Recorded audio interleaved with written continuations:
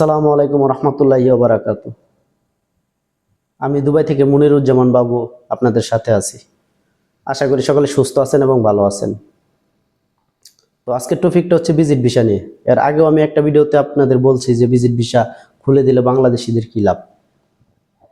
আর এখন যে বিষয়টা নিয়ে কথা বলবো সেটা হচ্ছে ভিজিট ভিসা খুলে দিছে, কাদের জন্য খুলছে এই বিষয়টা নিয়ে।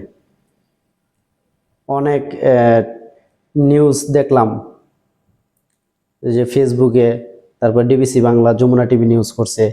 তো এটা দেখে অনেক বাঙালি আবার এজেন্সির কাছে টাকা পয়সা জমা দিয়ে দিতেছে। আমার এক বন্ধু ফোন দিয়ে বলতেছে, ফ্রেন্ড আর কি, ফোন দিয়ে বলতেছে যে আমার অমুকে আত্মীয় স্বজন কেউ বা দুবাই আসবে ভিজিটে, তো টাকা পয়সা দিতে বলতেছে এজেন্সি। তো আমি বললাম টাকা পয়সা দিতে বলতেছে কি, সে কি করে? তো আমি আপনাদের বিস্তারিত বলতেছি আসলে ঘটনা কি। তো এখানে ঘটনা হচ্ছে ভিজিট ভিসা তাদের জন্যই খুলছে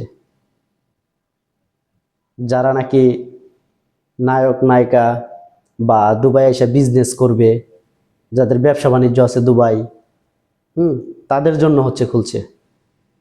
অনলি বিজনেস পার্সন, আদার্স কোনো পার্সনের জন্য খুলে নাই।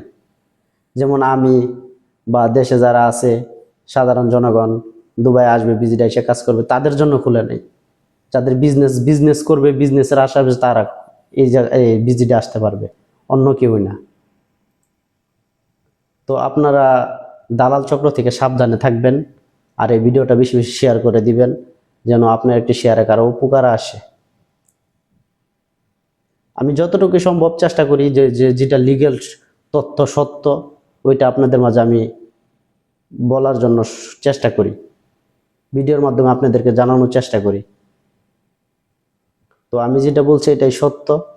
যদি আপনারা আরও যাচাই করতে চান, আরও যাচাই করতে পারেন, সমস্যা না, যাচাই করা দেখেন। কিন্তু আমার কথা হচ্ছে আপনার কষ্টের টাকা না বুঝে কাউকে দিবেন না।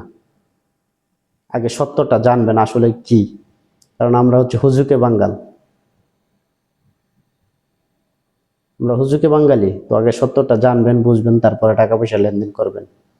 আর নতুন কোনো আপডেট আসলে আমি অবশ্যই আপনাদেরকে জানাবো, ভিডিওর মাধ্যমে জানিয়ে দিব। তো আজকে এই পর্যন্তই, সাথে থাকবেন। আর দালালের এই যে দালাল বা এজেন্সির সাথে কারোর সাথে এই ভিজিট ভিসা বা দুবাইয়ের এমপ্লয়মেন্ট ভিসা হচ্ছে, তারা এইসব কথাবার্তা বলে তাদের সাথে লেনদেন থেকে বিরত থাকবেন। আজকে এই পর্যন্তই।